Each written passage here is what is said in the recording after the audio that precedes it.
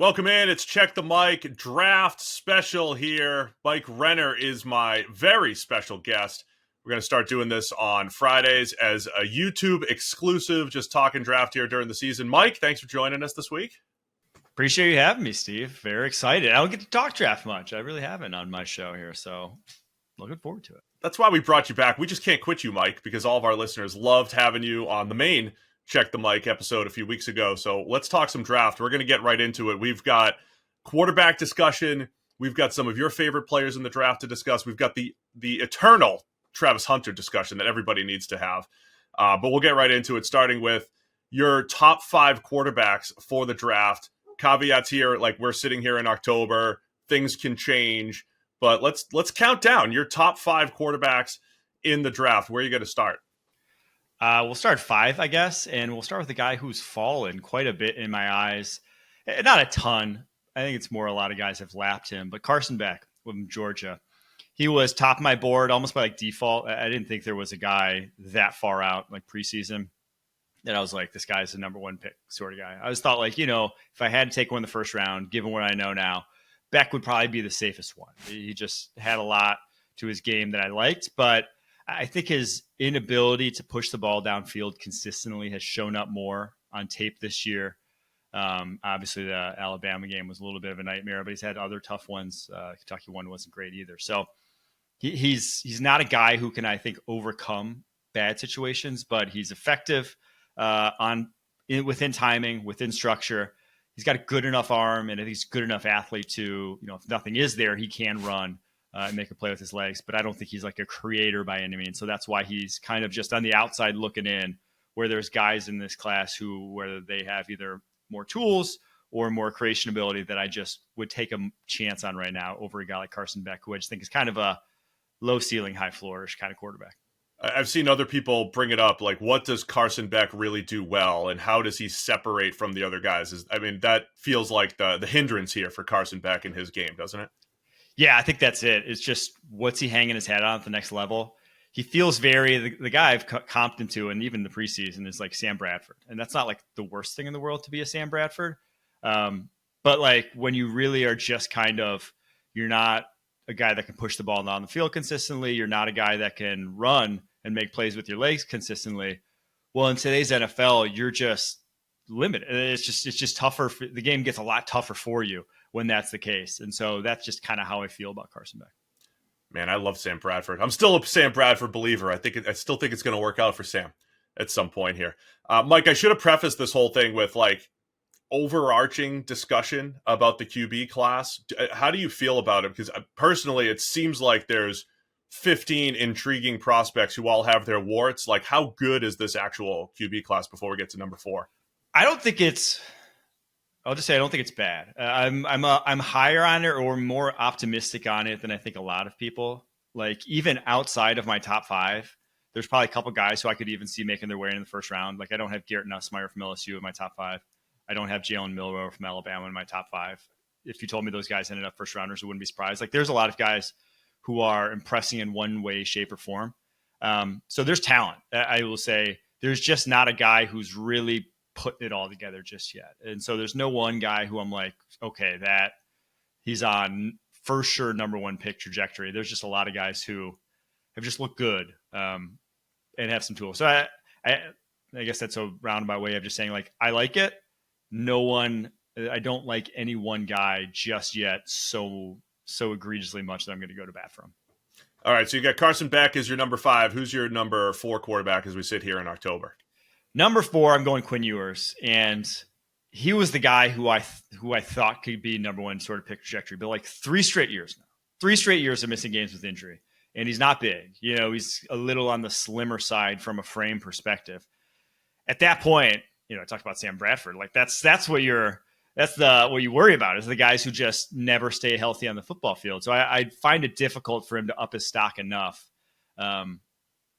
Even over the rest of the season. Now, obviously, they have a loaded team. They'll be in their playoff and maybe even win the title this year. So, he could obviously get back in that conversation, but just the injuries at this point. But I saw a guy who, even from last year, has added some elements to his game. I think we were texting about this early on, where the comfort level. He's manipulating defenders more with his eyes, his ability to really like have mastery of that offense and create throws for himself, open up windows with how he's either setting up to throw, with where he's looking and his drops. I just think he's taken that to another level, and that obviously showed with how good they were, even in like that Michigan game. Very good defense. They kind of just ran roughshod over him. So just got to stay healthy. That man stays healthy and hits a few more deep balls, because that was kind of 2 years ago. It was like, dude, what's he doing down the football field? Even last year at times had some like real weird rainbows. I think he's even improved on that. So the trajectory's there to be the number one pick, but just can't stay healthy on the football field at that point. Hard to really go to bat for him too heavily. With Xavier Worthy and AD Mitchell on the team last year, struggling with the deep ball. But yes, you're right. one of the people I text when I see something on film or something new comes up. I was texting about Quinn Ewers this year. I mean, he did look completely different to me for the second straight year, right? I mean, he looked rough his first year back in 22. Last year he built upon it. This year he's building upon it. So from an on-field perspective, I'm seeing the growth. It's interesting that you bring up the injury aspect, though, him battling injuries right now. And that's showing up also for 3 straight years. But on the field, I'm seeing the growth from Ewers, and that makes a lot of sense to me. I thought after Michigan, though, where all the scouts were there, that he was going to be QB1 for a lot of people. They saw him in person. They saw what seemed like a big game at the time, and him stepping up and looking really good in that game. Yeah, I did too. And I was like, oh, man, okay. If you would have just asked me after that game, I probably would have said, hey, he was one. But at this point, like I can't see how the injury, and again, I just can't see how you're going to go to bat for that guy unless he really lights it on fire the rest of the year, right? It's just, there's too much smoke for me to really love that at the next level. All right, man. Who do you have as QB3 right now? This one may be controversial, but I am floored with the growth this guy has made. And to me, he has the best tools of anyone in the draft. And it's Drew Allar, the Penn State quarterback. His arm is, it's tier 1 NFL arm. It's Justin Herbert. It's Josh Allen. He's got just the kind of gas to put it wherever he wants. There was a throw. Who was it against? Maybe Kent State, where he put it about 65 yards with the easiest 65-yard throw I've seen outside of Joe Milton in college football. It was truly just like, looked like he flicked it, and that thing went 65 yards. So he's got just truly like tier 1, as good as it gets arm talent in terms of just what he can do, windows he can hit. And he does that on tape more this year than any other quarterback in terms of just like those split 2 linebackers in front of a safety and just dart it in there. So many of those throws. His ability to hit that 15 to 25 yard window over the middle of the football field has been awesome to see this year. And now it's a run first team. He's obviously he still misses a lot more than you'd like, but the growth is like the year on year on year. I'm buying what I'm seeing. And again, like when you're 6'5", 240, the way he is, it just gives you such an advantage over other quarterbacks in just how he can play the game, how he can operate in the pocket, how he can deal with like contact bodies around him. His life's easier than the life of the shorter quarterback, the slider quarterbacks once you get to the NFL. So lots of like. To me, though, it's more, I think I'm high on him in what he can be. But if I was like advising him, I'd be like, you come back to school one more year. Just like one more year after this, and then you are fighting Arch Manning for pick 1 the year after that.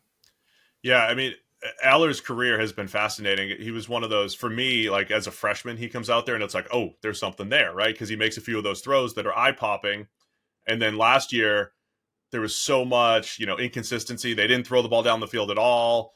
He only had the 2 picks, but people are begging him to be more aggressive. It doesn't match that 6'6" big-armed profile, but they bring in Andy Kotelnicki, who has an incredible offensive scheme, and all of a sudden you're able to unlock some of those explosive plays. So you're seeing the development, but it's also coinciding with a better scheme, better system that maybe plays to his strengths. And the development aspect, Mike, feels huge, right? Those are the Jaden Daniels developed, and Brock Purdy was a 4-year starter. Sometimes it feels like the experience and the development are 2 things that have kind of come to the forefront in recent QB evaluation.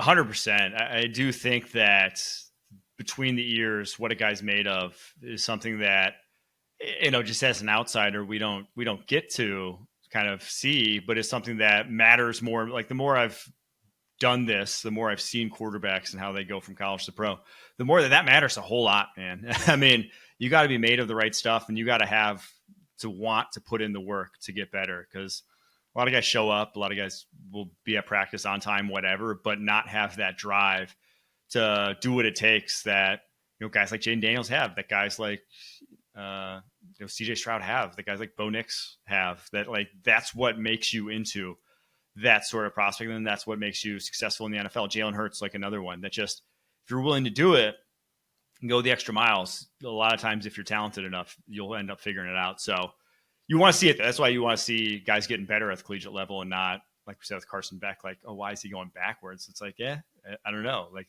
those are worrisome signs when that's the case. So Drew Allar, number 3. I'm curious to see if other draft analysts start to have him. Do you know where other? I don't pay attention too much to other people at the moment. No, not a lot of people have him that high though. Also, I'm really projecting on the future based off of what I've seen early on. But again, it comes back to what he is, which is 6'5", 240, and a pretty good athlete in terms of just like his suddenness in the pocket. Now, he's not Josh Allen as a pure runner, but he can move and definitely create like windows for himself just navigating in the pocket. And then he just has a cannon. I mean, it's really hard to understate how strong that guy's arm is, and how helpful that is when you are that level of tools. It makes your life a lot easier at the NFL level, especially. All right, man. Who's QB2 right now for you in the draft? QB2 for me, Shedeur Sanders. He's improved a lot even from last season. I liked him last season until whatever that was down the stretch, and now hopefully he doesn't have a similar sort of downfall. And he's not going to be everyone's cup of tea for sure. But the man makes plays. He really is just a playmaker. He's got really good throwing mechanics, I think. Like when you see him, he can not only play within structure, but then he adds that out of structure when not much is there. He's done better to avoid sacks, but obviously that's still probably the biggest knock on him, is just taking those play after play. I don't think he has a great arm. I think that's probably the biggest differentiator between him and number 1 on my list, is that he just doesn't quite have top end physical tools. But I've comped him to Geno Smith. I think that's what you could be getting. Guys just super accurate, can do a little on his own, not a ton. He's not like a true singular playmaker as a runner or as like a thrower, but can add that to the game. And a guy who's really cut down on mistakes as well. So impressed with just another guy who, again, he's progressed a lot over the course of his football career. So I'm a fan of his game, and I think he's probably solidified himself somewhere. I don't know though with the off field, but like on field looks like first round tape right now. The Geno Smith comp kind of makes sense to me, Mike. I like that. I think stylistically there's a lot to like there. I think Shedeur's got that almost mechanical, over-the-top type of motion that Geno has. And I've heard people bring up the arm strength. Does a play like that, the Hail Mary play a few weeks ago where he's rolling to his left, it's about 50 yards on a line. I think it's where he wanted to put it. That's a pretty good throw for Shedeur. Does that quell any of the concerns for you there? Well, it's not necessarily concerns. It's just you would like it to be stronger, right? I mean, like, you could win. There's tons of quarterbacks. I mean, Kirk Cousins' arm right now is weaker than every single quarterback we've talked about, right? And I have concerns about Garrett Nussmeier's arm, and I think Kirk Cousins' arm is even weaker than Nussmeier. So it's like, you can win in the NFL for sure. It's just when you're projecting, you would rather guys tick more boxes than that. You would just rather it be stronger, right? So it's not going to put him off limits from wherever he wants to go in the league. It's going to make his life tougher. We've been through a stretch of QBs like Patrick Mahomes, Justin Herbert, Josh Allen, who came out of college without great supporting casts, right? They elevated their team in college. We didn't completely know it at the time until we saw them at the NFL level, and which is different from like the Justin Fields and CJ Strouds and Joe Burrows coming out with these elite supporting casts. Does that work in Shedeur's favor? The idea that he's had this subpar offensive line, good receivers, but subpar offensive line that he's been working with. I think it does. You almost want to see guys have to face adversity, because no matter how bad your situation is in college, a lot of times like it gets worse in the NFL. Like it just gets harder. So I think that the fact that he is so battle tested in that regard is a good thing, not necessarily a bad thing. All right, who is it? QB1 right here in October for you. Cam Ward. I'm so impressed with this guy, and he personifies playmaking at the quarterback position. And now he's so rough around the edges for someone who's started as long as he has. But I think what I keep going back to, and what I went back to with like when Malik Willis was coming out versus when Josh Allen was coming out, these guys who are, rough around the edges quarterback prospects. Like Josh Allen came from middle of nowhere, California to junior college to Wyoming before he went to the NFL. Malik Willis was from like a big school in Georgia, then Auburn, then Liberty. And it's like Malik Willis probably should have had like better quarterback coach. He probably like should have had better mechanics like than he did, right? Whereas Cam Ward came from 8-man aside football in West Texas to Incarnate Word to Washington State to now Miami. So it's like he might have been 21 before he got any sort of quarterback coaching. Like he had all these habits developed well before he probably had anyone in his ear being like, hey, you really probably shouldn't, be all as much as all over the place as you are. So seeing then the growth that he's made from Washington State to Miami this year, where he's just like lighting everyone up, right? And now he makes some bonehead decisions at times, but lighting people up and doing it with just like an absolute calm that is uncoachable. That's what I love. Like, that's what I love most about him, is that just that guy seems so cool and collected no matter what's going on around him, that even in the worst games in terms of like pressure that he's under, he's unfazed by it. There's no real panic, even when that becomes the case. So that's just a trait that I think is bound to translate, and that you can just reel him in a little bit. Right. That man's gonna make it at the next level. I mean, just off the top of my head, I know week 1 against Florida, he's scramble drill, misses a guy by a mile, throws an interception. The Friday night game against Virginia Tech, he does the thing that we keep calling a Will Levis, which is you're in the grasp, you're about to get sacked, you try to do something with it, you fumble. It's a terrible decision.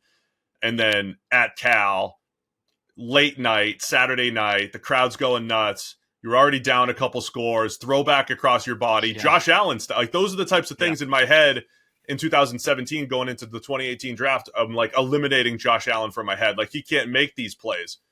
But then Cam Ward, so he throws the pick 6, they're down 35-10, and he's still able to lead the comeback for Miami. So some of those are self-inflicted, but to your point, always stays calm, always finds a way to bring the team back right now. Yeah, he doesn't let those. It's almost like he's like, oh, darn, next play. Let's go. Yeah. Let's do it exact same thing again if I have to. And I think he leads college football Big Ten throws right now. It's like he's just slinging it when he needs to. And it's some plays that he makes are just like wildly impressive. Yeah, so from like an evaluation standpoint, throw for throw, it's like, come on, dude, we got to eliminate those plays. But from intangibles and attitude and ability to have that amnesia that I think a QB needs, it is impressive being able to see him make those mistakes and then bounce back from them. That's what all the great, like nobody's perfect, right? But all the great ones have a way of bouncing back from bad mistakes and still, finding a way to get the job done. So yes. Yeah, Cam Ward's been impressive. So you mentioned a few other names that could be, Jalen Milroe from Alabama getting first round hype right now. I never thought that would be the case about a year and a half ago, the way he was throwing the ball, but he's improved there. Garrett Nussmeier, who are the other names that are maybe outside your top 5 that we should also be knowing about? Yeah, those two are the biggest for sure. I think after that, there's no one I'm even considering like a day 2 at the moment. I don't know about you, but those two, I'm very intrigued by both for different reasons. I think Nussmeier is just like, I mentioned Kirk Cousins because that's kind of like the realm of quarterback I could see him ending up in, where he's just so good from the pocket and just such a good decision maker that like I could see it happening without, his tools objectively the worst of any guy we've talked about yet, just in terms of like running ability, arm talent. It's all very meh. But when you play ball the way he is, and those LSU receivers are gone. Like they have some okay guys this year. They're not bad by any means, but he's not getting buoyed by the talent there around him to put up the numbers he is. So I've been very impressed. But it is just, he started at like one point throughout his career where it was like 3 or so years ago. He had some starts, but he's never been a full-time starter. This is like basically his first year as the guy. So I've been very impressed with him. And then Milroe, like he's I talked about Allar's a tier 1 arm talent guy in the NFL. Milroe's that tier 1 rushing talent guy once he gets to the NFL. And we've seen what that can do and how much that makes your life easier when every single team has to account for that, because he is so dynamic, like truly crazy athlete that could play wide receiver in the NFL if you want to, play running back in the NFL if you want to. He's just a freak, but has improved so much in terms of his accuracy because he was just kind of all over the place before, and also his pocket presence. It still is that offense, though. It's basically, they've done a great job, DeBoer has, of scheming, saying, hey, we know that with our offensive line and with his wheels, we can call deep concepts every single time. It's kind of what they do. They're just like, we're going to call 10-plus yard route concepts that interplay every single time just to attack down the football field. We have these crazy receivers. We have a good offensive line. So they've kind of eliminated a lot of things he'll have to do once he gets to the NFL, right? No quick game, no intermediate passing game really to speak of in that offense. It's just kind of just deep shots. And that's fine at the collegiate level. I just need to see a little bit more. But again, you said it. Last year, we wouldn't have it would have laughed at the conversation. So the fact that he's made this much improvement, I'm not going to put it out of the realm of possibility, but just at this moment, I'm still worried that this is so far and away from what an NFL quarterback's going to be asked to do that I'm pumping the brakes on getting high on him just now. Not going to accuse anyone of overreacting, but people in the first half of the Alabama game are saying, hey, this is QB1 type of stuff, right? I mean, the first half of the Alabama-Georgia game, I should say.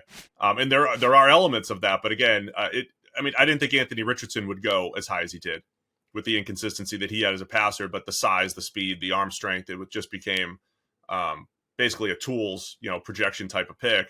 Certainly not, discounting the fact that could happen with Milroe, but to your point, they're playing to his strengths. They're getting the ball down the field. There's a lot more that he would have to develop, but a special runner can get you far and give you time to develop at the next level. So that one will be interesting, I think.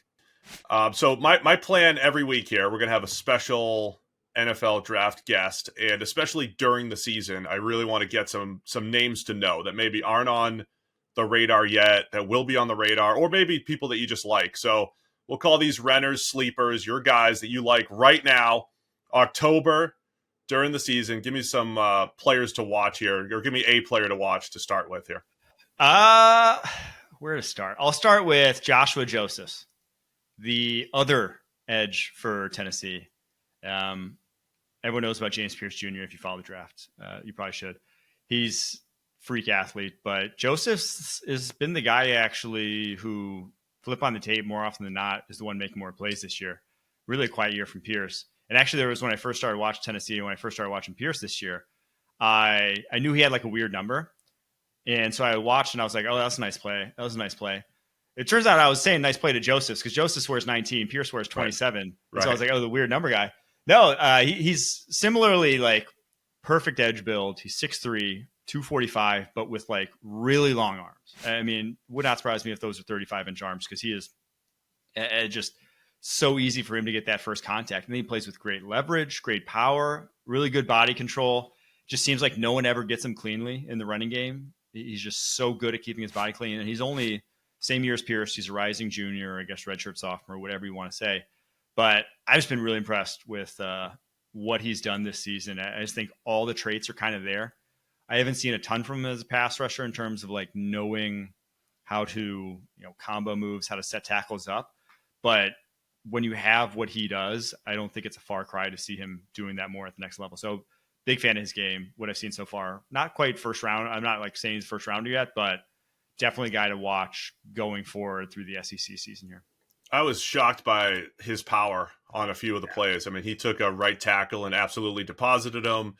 The way you described it, they're not getting a clean shot on him. He just has this contact balance for an edge rusher. And then the Oklahoma game, 2 forced fumbles, including the one where he just took it right out of Jackson Arnold's hand. Maybe got Jackson Arnold benched single-handedly with that play.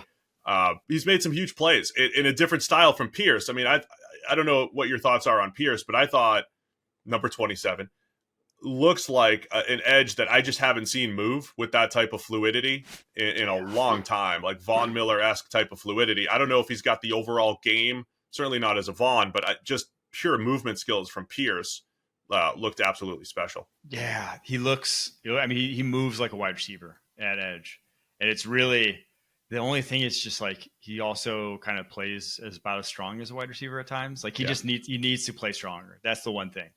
But when you have you'll have somebody will throw a couple of his bull rushes at you, Mike. There's a couple plays where he deposits a tackle as a bull rusher. Talking James Pierce now, but the consistent power might not be there. Play to play. Yeah, I mean, like he can't have it. Like it's there. But I also last year to this year, I'm just like, what did he do in the weight room? He looks the same. Most guys with that frame, because he is broadly built. I mean, he's got the edge frame that you want. I'm just like, damn, he should have. It felt like he should have been bigger this year. I don't know. I was just a little disappointed by what I've seen from him so far. I just had really high hopes. I just thought he was going to be like number one pick sort of guy.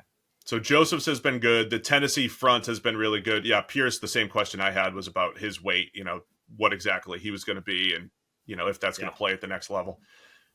Give me another name that you really liking so far. I really like what I've seen from Justin Jolie, tight end, North Carolina State. Everyone wants the next Isaiah Likely now with what he's done for the Ravens this season. I think this is that guy. I knew you were hold on. When I was watching him, I knew you were thinking Isaiah Likely when I watched him. How about that? I knew who you were thinking about when you mentioned him. I love that. You're in my brain. And it's true. It's like it's hard not to see it though, right? A guy that's, I mean, he may not run a 4 or 5. I don't think he's like straight line fast, but has body control that's different than, I think he's listed at 6'4", 235. So he's undersized tight end, Likely was undersized too. But he plays super strong. He has incredible body control at that size. Like he had a rep early on this season where, flat-footed, one-on-one, defensive back, and the DB didn't touch him. Like, how many tight ends can you say that about, even in the NFL right now, that could truly just shake a defensive back one-on-one? It doesn't happen. So that's why I liked watching his game, and I think he's really competitive in terms of like at the catch point. He attacks the football well in the air. So really big fan of his, even dating back to like at Connecticut last year was good, but just like he was way more undersized back then. So he's gotten bigger. Maybe he doesn't come out this year. He is still skinny. He is still a junior, but just a name that in time, I'm going to want that guy in the NFL. So I like to do this comparison here. Before the season, you highlighted Mike Green, the Marshall edge rusher, as someone to watch. He was nowhere to be found on the consensus board. I use NFLmockdraftdatabase.com to just see where the consensus board is. Mike Green all of a sudden jumping up consensus boards because of you. Justin Jolie's currently at number 500 on the consensus board. So be ready. He'll be up at like 250 by the end of the week, after you highlighted him. Yeah. I asked you got 4 names total. So who else you got here? Who's your third name? Ja'Cory Krosky-Merritt. I have his top 5 running back. He's actually not playing right now. He transferred to Arizona from New Mexico State. Or was it New Mexico? One of those two. I loved what I saw from him in the one game. It was one game. It was 13 carries. But he was a guy where, some running backs, and I think I've come around on smaller running backs and linebackers. It's just like, it's more how do they run? Do you run tough? Now, you can't be like 180 and still run tough. But Ja'Cory Krosky-Merritt was like 190 a couple years ago. Now he's listed at 205 at Arizona. Ran really tough in that week 1 game. And he just has such good feet at the position to where he can be going one way. And it's so easy for him to just stop, pivot, go the other way, cut a field, whatever it needs. Whichever direction he needs to go, he can get there and not, be patterning his feet, not need to slow down, come to a stop, whatever. You just can get there. So I was a big fan of his game even before. Thought he got a lot stronger this year. I just need to see him back in the football field because obviously transfer rules, whatever. He's kind of in limbo right now at Arizona. So I watched all 13 of those carries, just to prep. And if I say this, it sounds like a knock on a running back. He looked like a tap dancer with his movement. He looked like, and it wasn't like hesitation when you saw, this guy's tap dancing or he's dancing in the hole or he's indecisive. He is literally making moves to directionally that you shouldn't be able to make because of his footwork. So again, you mentioned the name to me. I had to, rewatch him, familiarize myself. I was like, wow, that is impressive movement skills from him. Yeah. And it's before he was just kind of really like slimmer, didn't have any of the like ability to really drag a pile. And in that game, probably like 3 different times, he's like dragging guys. I was like, okay, like this is he put in the work this offseason. So I was really impressed with this game. All right, last name, NFL draft watch list, sleeper, players to watch here. Nick Martin, Oklahoma State linebacker. Not a great linebacker class by any means from what I've seen so far. Some of the top guys I've been like really unimpressed with, truthfully. I'm blanking on who the Clemson guy is, but I was really Barrett Carter. I was so high on Barrett Carter, and he just hasn't taken the next step whatsoever.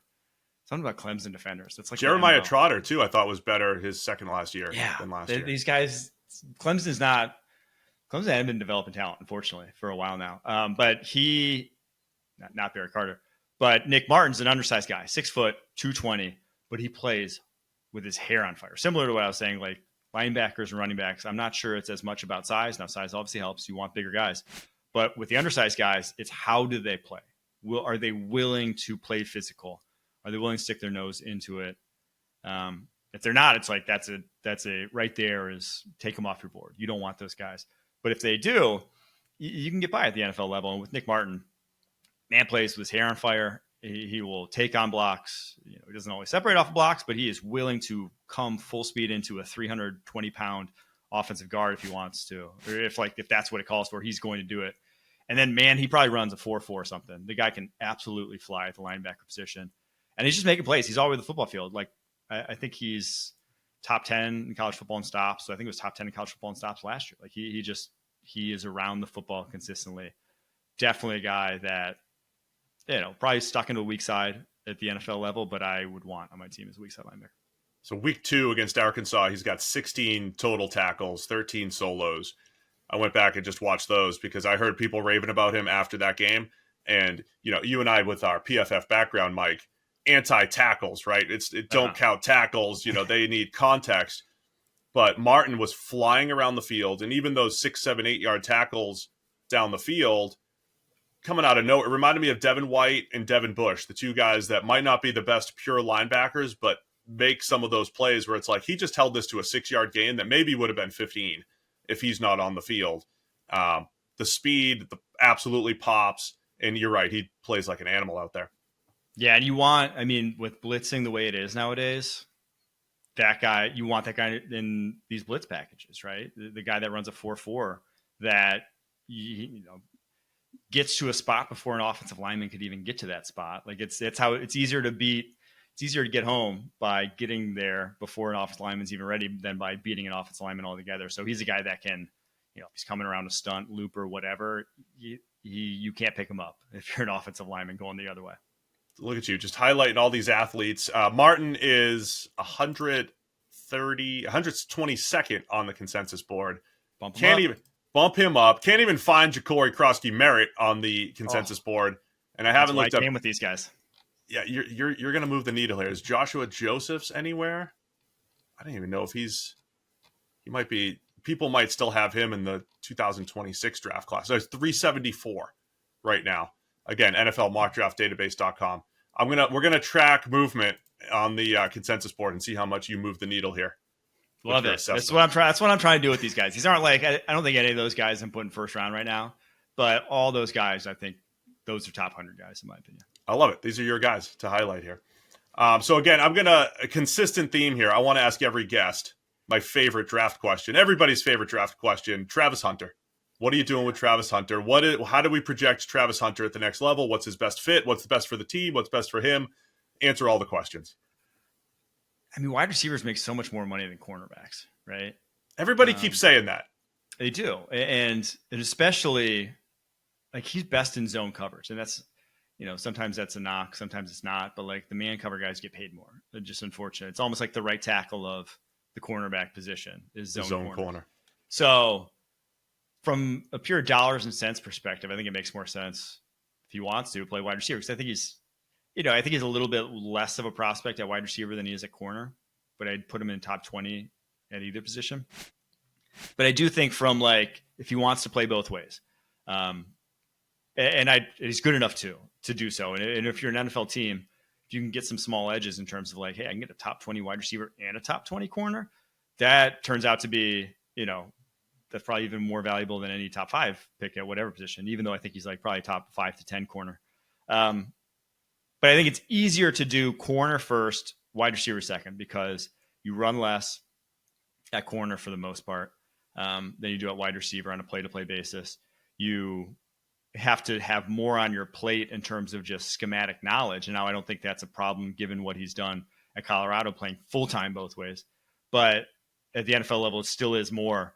And it's easier from just like, hey, I have this full playbook in my head on defense to just come in and run a few routes and know what to do on offensively. You don't need the full playbook in your head. So I think like from a just ease of mental standpoint on Travis Hunter, mental load on a game basis, playing defense and then just moonlighting on offense is also easier to get him involved. So I think that's what I would say if I'm an NFL team, what I would ask him to do. Like that's what I would want him to do. But we'll see. I think, again, he's more than capable of, if he just wants to focus on wide receiver full time, say screw cornerback, I don't want to ever do that ever again, that he'd probably be a top 20 pick and he'd probably get paid a lot of money at wide receiver. So, or top 10 pick, and probably get paid a lot at wide receiver just because he hasn't really had time to focus on just that. So yeah, I'm a fan. And even that prospect of him playing a little bit on the other side, I think moves the needle for me enough that he's probably the top position player I'm taking in this class. Do any comps come to mind for him as a corner or as a receiver? Not to put you on the spot, but Champ Bailey was a guy who played both ways in college a little and then in the NFL. Now, I'm not saying he's going to be Champ Bailey. I just like that sort of idea of that's the kind of like Champ Bailey was just God tier athlete that he's going to figure it out wherever he goes. I'm trying to think of like play style, like who he plays. Like, I mean, Trayvon Diggs is probably the closest thing in the NFL, but I think he's a much better athlete than Trayvon Diggs. But just that level of knowledge, because I mean, Trayvon Diggs started at wide receiver, right, himself. Yeah. And so he has great ball skills, but then also defensively, like he knows how to bait quarterbacks, and you see him do it. And you see Travis Hunter do that. It's like really high level. He'll he's like sneaking. He doesn't want to quite go there yet, but he knows where it's going to go. And he's going to wait until the exact perfect time. That's something you see with Trayvon Diggs, is why he just like every single year puts up pick numbers, even if he gets burnt a little bit, is because he has a high level understanding of that. So that's probably like the closest guy I'd put him to, just from a 1-to-1 comp. But obviously what he's doing right now, there is no comp for. He is a unique dude. Yeah, I use the Trayvon Diggs and Xavier Howard as two examples of probably production skill sets, maybe. Yes. Where if you have him playing a zone heavy scheme, eyes on the quarterback, he'll have an 8 interception season, right? He'll have a 6 to 10 interception season because of the ball skills, because of his style and play. And I've landed on the same answer as you. Full-time corner and a 30 snap wide receiver, that is immense value. If he's willing to do it, right? If that's what he's wanting to do, I think a team gets unbelievable value if that's how they treat Travis Hunter. Yeah, because the downs he'd probably be playing, like a third down. Those are money. They call money downs for a reason. Like you bring him in on those, and it's like, oh shoot, we just got to worry about this guy who's could be a tier 1 type, who could be like a really good wide receiver that all of a sudden just comes on the football field who you didn't have to worry about before. So yeah, it's something that I think will move the needle in a big way for whoever drafts him. All right, I want to check out a mock draft that's over at the33team.com. Ian Valentino has his mock going up this week. Mock drafts in October are less about the teams and when they're picking and more about the players, but it's over at the33team.com. Mike, I sent you the link so you can look at it. Any players that stand out to you, or team and player fits? Not like I don't think the Bengals are going to be picking number 2 overall, just going out on a limb. But as of right now, they are. Patriots pick number 1 overall. I've been of the mind that the Patriots are only going to draft Will Campbell in every single mock draft, the LSU tackle. That is not what happens here in this mock. Tatora, I always say it wrong. Tataroa. Yeah. McMillan, the wide receiver from Arizona. He goes number 1 overall for Ian in this one. Anything that stands out to you in this mock draft? I like Trey Harris to the Commanders. Now, maybe not. I don't know if he's necessarily a first rounder, but Trey Harris is a go ball winner. that guy. You put him with Jaden Daniels, and I know they kind of have some guys there that are Go Ball winners already in Terry McLaurin and De'Ami Brown. But I love the size aspect of what he brings. So that combination, I think he's just like stacking up yards in that stupid Ole Miss offense. But I do think that his route tree is the Cliff route tree on the outside. It's like, oh, he's not really running a full tree, but it's like he's running slants at a high level. He's running go balls at a high level. That would be perfect for what the Commanders run. So that's one where I'm like, Trey Harris, I'm not sure he's a first rounder just yet, but if he goes to the Commanders, I think he would put up some yards. So putting up big numbers at Ole Miss. So you like that fit there with the Commanders. I like it. Let's get to a couple of the mailbag questions that are somewhat relatable. Old friend Josh Hermsmeyer, I asked for questions on Twitter, and Josh was asking if the draft class is as bad as early reports from scouts suggest. It's a little tongue-in-cheek from Josh because he's one of our hashtag nerds, right? The analytics folks who don't necessarily trust the scouts saying this is a good class or a bad class or whatever it might be. I think it's worse than last year. I feel fairly confident saying that. Now, go back to, what was the year that was no quarterbacks? 2023? No, 2022 was the no quarterback year, right? Or Kenny Pickett was the one. 22, yeah. So I think it's about on par with that, but just with more quarterback talent, right? I think like that's how I'd see it. Now I think there's maybe like a few more guys at the top that I feel good about. Like that year it was Aiden, it was Stingley, Sauce were like, I think my top four is Aiden, Stingley, Sauce, and Charles Cross. I think that was the top four that year.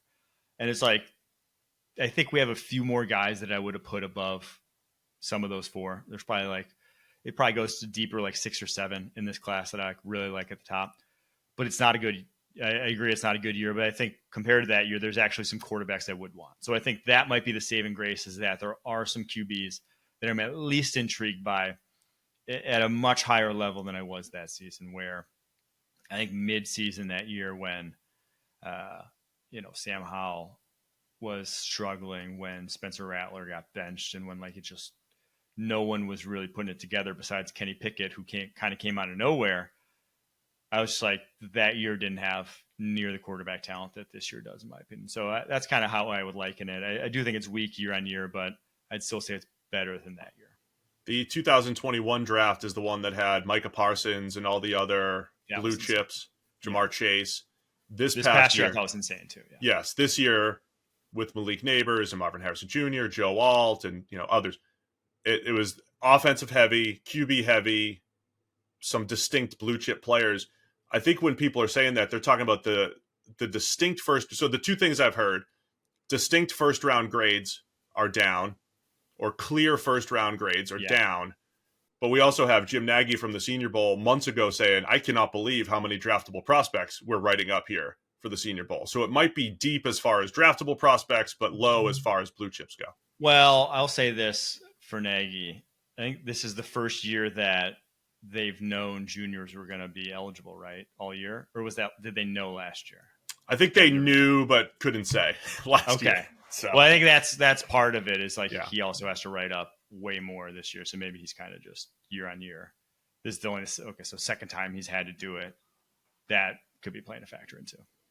All right, we got Roy Lee Pickett on Twitter's asking, how many left tackles are worthy of a first-round draft pick? I saw you tweeting about this recently, about the tackle class, especially compared to this year's rookies, where there were several who were all playing. Yeah, right. It's not good. I'll just say there's 2 guys, but even the 2 guys, so Kelvin Banks, Will Campbell, Kelvin Banks from Texas, Will Campbell from LSU, I would put first-round grades on, but I don't think either I'm putting like top 10 grades on. And so that's why I said, there's not that many like blue chip guys, and where they are like cornerback, D tackle are kind of where, to me, the best players in this class are, which is kind of not traditionally where you go top 5 picks. Now DTs for sure. I like this DT class. There will be a bunch drafted in the first round, in my opinion, when it's all said and done. So that's like a lot of people are looking for that. But OTs, interior offensive line, it's pretty barren. The one guy I'll say I've liked his tape a lot more than, and I think maybe has made a leap in the first round, Josh Simmons from Ohio State. They really haven't played much in terms of pass rushers just yet, though. He'll obviously get a lot more on a schedule going forward. But he's the one guy where I'm like, okay, I could maybe be talking to a third first-round tackle. But like the other guys kind of getting hype, whether it's like Arianti or Suri, the Minnesota guy, the who else is getting hype in this tackle Texas class? right tackle I've seen. Texas right tackle is kind of coming up, but he's 5 games into his career. This is his first year starting. And I'm not even close to putting him in the first round. I'll just say based off what I've seen on tape. Jonas Avadiah is like, he's a guard. He's not a tackle at the next level, even though he's playing tackle now. Cameron Williams, by the way, is the Texas right tackle. Williams, He's not just called Texas right tackle. But... Sorry. No, that's me. That's my fault. I just said what he is. So there's just not a lot of guys that, unfortunately, that usually means, I said last year there were so many guys that you'll probably get good value, and I think we've seen that from that draft. But unfortunately, when there's not a lot of guys, it doesn't change the fact that people need them, and you'll probably see 5 or 6 still drafted in the first round. And I'd hate to be the teams at the back end of the first round pulling the trigger on some of those guys, because I don't think I can say pulling the trigger anymore with the NFL cracking down on it. Sorry, but on the celebrations nowadays. Say make the pick. Yeah, making the pick on some of those OTs, just because it's not that talent's not there. It's just not there in this year. Consensus Sport has Will Campbell and Kelvin Banks at the top 5. Emory Jones, the other LSU tackle, I don't think he's developed the way people would like. He's at 20. Okay, that's the other guy I was thinking. He's not a first rounder. Yeah, I agree. I mean, I thought coming off last year's tape, he's a second round, project type. Ursary, who you mentioned from Minnesota, he's at 26. And then there's a drop off to the other guy you mentioned, Josh Simmons, at 50.